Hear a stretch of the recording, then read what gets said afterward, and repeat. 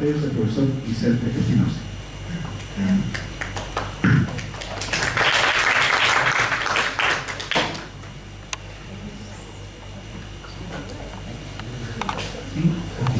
Gracias.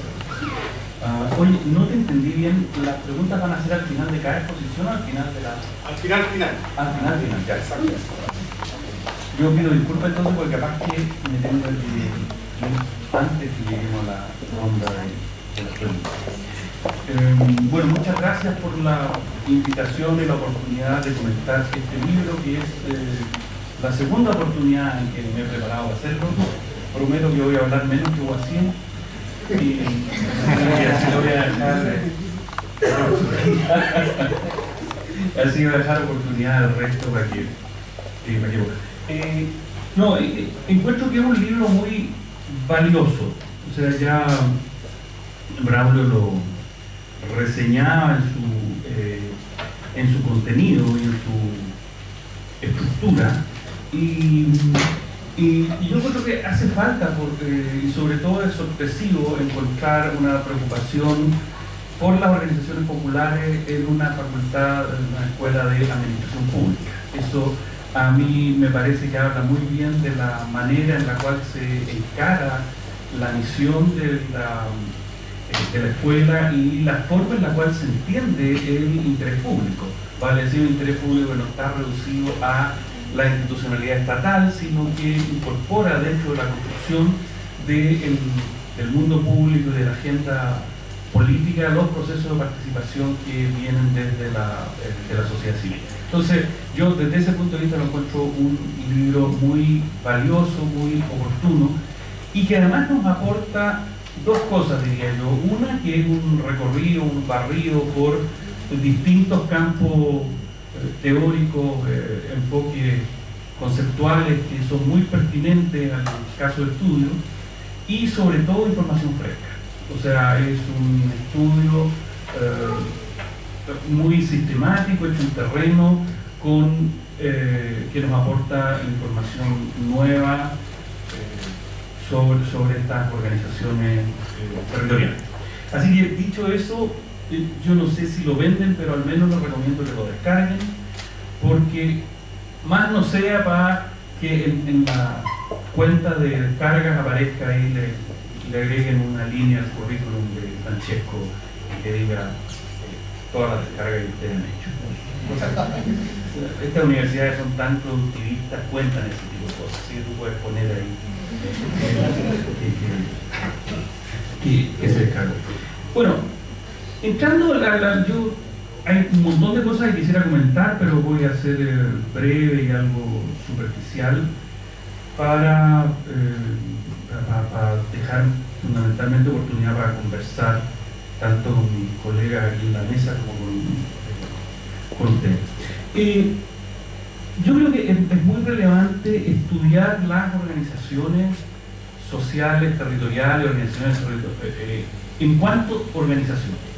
Ahí hay una discusión que no es más bien de la sociología, respecto de si lo que nosotros llamamos movimientos sociales o lo que llamamos sociedad civil, cuánto pesa el componente organizacional en este tipo de dinámica. Y ahí hay discusiones muy largas entre gente que es más partidaria de entender la sociedad civil como un conjunto de organizaciones y gente que entiende la sociedad civil desde otro punto de vista, más en la línea del libro, como redes o articulaciones entre distintos tipos de organizaciones. Pero, y exactamente aquí es donde reside el valor del trabajo que hizo Francesco, porque pone a prueba una serie de supuestos con los cuales se opera, donde no da por sentado que la organización sea equivalente o sea lo mismo que la sociedad civil, sino que expone algunos argumentos que contraponen estas dos lógicas. Y contrapone entonces lo que son, por un lado, lo que él llama las dinámicas de oligarquización de las organizaciones con las redes o las vinculaciones externas. Esto que ya vale como una muy buena formulación del problema, se refuerza al elegir como caso las uniones comunales de Maipú. A mí Maipú me resulta como localidad un caso muy interesante de estudiar por el carácter relativamente reciente de la urbanización y que reúne una población más joven, predominantemente de lo que se llama clase media emergente. Y en ese sentido yo creo que desplaza a la Florida como representación de la clase media del área metropolitana, porque la Florida es más la comuna ochentera, y esta Maipú es la comuna de la clase media del siglo XX. O sea, como a ponerlo en un código que manejaba el agua, la señora Juanita vivía en la Florida, y la señora Juanita cuando Lagos le hablaba, era una señora que, no sé, a duras penas había terminado la enseñanza media, que no entendía muy bien las matemáticas, etcétera, y entonces le daba unos ejemplos con peras y manzanas. En la Florida no, porque vive, como decía el agua, la señora Patricia, que más bien es una profesora de inglés que vende segundo. Entonces es otro tipo de clase media. Entonces, la selección de la comuna entonces me parece sumamente relevante porque los procesos que va a analizar Francesco uno no los puede atribuir a remanentes del pasado, sino que son procesos que están operando en la actualidad. Y la conclusión ya la presentó Francesco, que es este predominio de los procesos de oligarquización en las organizaciones que sostienen. Hay varias cosas que quería decir al respecto, pero me voy a detener solamente en un par de ellas. A mí me gustaron sobre todo las citas y las entrevistas que le hace a los dirigentes. Cosas que me llaman la atención cuando él da cuenta que la Unión Comunal funcionó durante 3 periodos sin contar con los socios ni los dirigentes necesarios. Expresiones de los propios dirigentes dicen: la gente está desencantada, estamos desencantados con nuestras autoridades, por los senadores, diputados y los que administran este país. Ahora, este discurso que lo hemos escuchado tantas veces, esto de que solo los dirigentes se hacen cargo y el resto llega cuando le conviene, que es un discurso clásico de lo que se llama el dilema del free rider en el estudio de la acción colectiva, vale decir que resulta irracional comprometerse en acción colectiva si hay alguien que va a asumir todos los costos y yo puedo obtener los beneficios sin participar en esa acción colectiva. Entonces, ese dilema está. Sin embargo, yo tengo una explicación o quisiera profundizar o proponerles acá una serie de preguntas que van más allá de esta idea del free rider.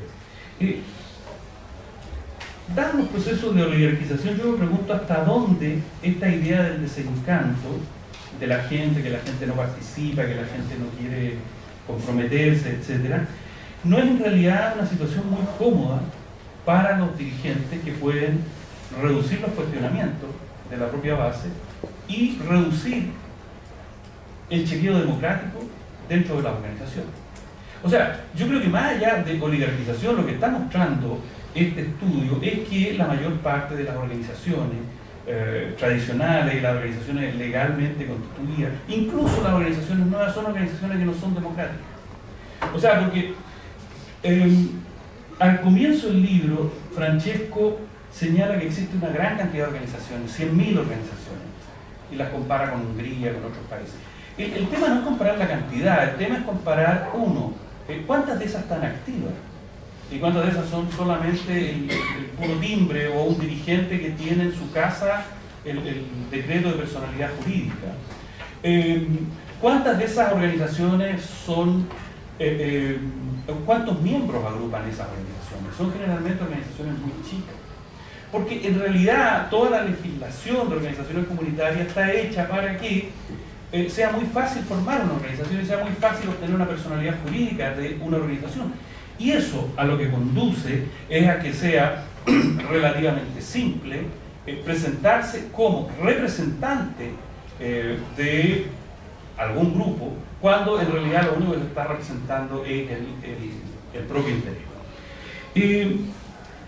Me pregunto hasta dónde esta idea de la falta de participación, del desencanto, etcétera, no es una situación que se produce deliberadamente. Piensen ustedes lo que ocurre en los partidos políticos. No hay partido político en el cual en algún momento uno no haya escuchado un cuestionamiento respecto del padrón. Todas las elecciones de todos los partidos, desde la UDI, el Partido Comunista no ha escuchado eso, digamos, pero hasta lo que ustedes consideren izquierda, siempre hay una pelea respecto al padrón. Y la pelea respecto al padrón es que siempre hay gente que llega a votar y que no está registrada y no puede votar, o no se sabe estrictamente quiénes son los militantes de los partidos. Esta es una estrategia deliberada de los dirigentes. O sea, los dirigentes locales y provinciales y regionales lo que hacen es ocultar el padrón, porque lo que logran de esa manera es que si hay algún opositor no puede hacer campaña, porque no sabe con quién tiene que hablar, no conoce quiénes son los militantes del partido. En segundo lugar, los trámites de inscripción, en realidad, en sentido estricto, uno podría ir al registro electoral e inscribirse en un partido. Pero normalmente lo que se hace es que todos los partidos exigen que uno tenga que ser presentado por 2 militantes. Y uno es presentado por 2 militantes y esa ficha va a la dirección. Muchas veces la dirección, cuando considera que los militantes que están patrocinando no son de confianza, no llevan esa ficha al registro electoral y se produce este problema. Estoy diciendo que en organizaciones que son muy sofisticadas, como los partidos políticos, se producen este tipo de temas, y yo me pregunto hasta dónde esto no es un resultado deliberado de una práctica de los propios dirigentes. Lo otro que me llama la atención es el tema que se revisan acá 2 organizaciones, uniones comunales de juntas de vecinos, y que son en realidad totalmente alineadas con bloques políticos. Hay una unión de junta de vecinos de la Concertación, hay una unión de junta de vecinos de la Alianza. La de la Concertación está en alza porque ahora el alcalde es de la Concertación, entonces se habla de reencantar, llegar a participar de nuevo, etc. Y hay otra que es aliancista, que es desconocida por la nueva administración e intenta desmarcarse y decir, sí, fuimos de derecha pero ya no somos más, etcétera, etcétera. Esta dependencia que hay respecto a los partidos políticos hace que uno se pregunte si acaso lo que estamos presenciando acá no son estrictamente redes de clientelismo. O sea, definitivamente las organizaciones lo que hacen, este tipo de organizaciones formales lo que hacen es operar la distribución de recursos desde las autoridades hacia las bases. Una cosa que eché de menos habría sido ver un mapa de la distribución de las organizaciones. O sea, si uno hubiera podido mapear cuál es el territorio que representa cada una de las juntas de vecinos, podría haber sabido qué representatividad tienen o qué representatividad reclaman. Una cosa que yo me encontraba en otro estudio y que me sorprende mucho es que normalmente este tipo de coordinaciones comunales se reparten los territorios. Entonces hay territorios que son de un grupo, territorios que son de otro, y lo que hacen fundamentalmente es impedir que las organizaciones de base se coordinen entre sí y solo permiten, o la manera en la cual esto está organizado lo que permite es que la única posibilidad de coordinación que permite es a través de la unión comunal de juntas de vecinos u otro tipo de coordinación. Lo que establece ello es una centralidad absoluta en la coordinación y una dispersión de las organizaciones, de base. Más aún, a esta, y aquí voy a pasar mi propaganda, yo hace años que llevo una campaña en contra de los fondos concursables. O sea, porque creo que forman parte de esta misma lógica perversa de destrucción de las organizaciones de base. ¿Por qué? Porque básicamente el tema de la coordinación, el tema de la formación de capital social se refiere a aprender a resolver problemas en común, a aprender a cooperar, a aprender a establecer jerarquía, a aprender a resolver problemas y a plantearse problemas más allá de la identidad de la organización. Los fondos concursables hacen exactamente lo contrario. Los fondos concursables hacen competir a una organización con otra, y a la vuelta de 20 años que están operando los fondos concursables, lo que tenemos es una cantidad de dirigentes que lo que saben es cagarse al de la otra organización en lugar de cooperar, aliarse y sacar ventajas entre todos. Por eso creo que el fondo concursable es un mecanismo más perverso que se ha inventado para desarticular la posibilidad de cooperación entre organizaciones de base. Y más aún, yo diría que es peor todavía porque estos fondos concursables, cuando son a nivel local, operan manipulados por el alcalde, opera como una mascarada de concursos. Vale decir, en cada comuna, más o menos, y eso es otra cosa que eché de menos, digamos, es una visión un poco más ecológica de las organizaciones, hay unas 800 a 1000 organizaciones. Eso es más o menos lo que existe en cada comuna. Y desde el punto de vista del alcalde esto simplifica mucho, porque son solamente unos 800 clientes que tengo que atender en lugar de los 300.000 o qué sé yo cuántos que hay o 500.000, o algo así, ¿no? Entonces yo atiendo a 1000 organizaciones. Tengo una cantidad de servicios del Estado que me proveen de fondos, el CONACE, el SENAMA, etc. Y yo los hago formalmente concursables. Los concursos son una mascarada porque lo que hace el alcalde normalmente es darle a todo un poquitito. Y fomenta la competencia, lo cual establece entonces una centralidad en el alcalde, el cual tiene en este tipo de coordinaciones, de las uniones comunales, de juntas de vecinos, los operadores que operan también como control. Entonces, lo que nos enfrentamos es, y lo hemos visto en otros lados, no es exactamente un cuadro de clientelismo clásico, sino que es una variante pluralista de competencia entre grupos de interés. Definitivamente hay autores como John Thurston, que era otro de nuestros colegas, que consideran que eso es positivo, porque cualquier cosa que no sea clientelismo puro es en alguna medida democrático. En realidad sí existe competencia entre grupos de interés, pero sin embargo a mí eso está muy lejos del ideal de una comunidad participativa, activa y en la formación de intereses. Hasta ahí lo dejo. Le paso la palabra al que corresponde.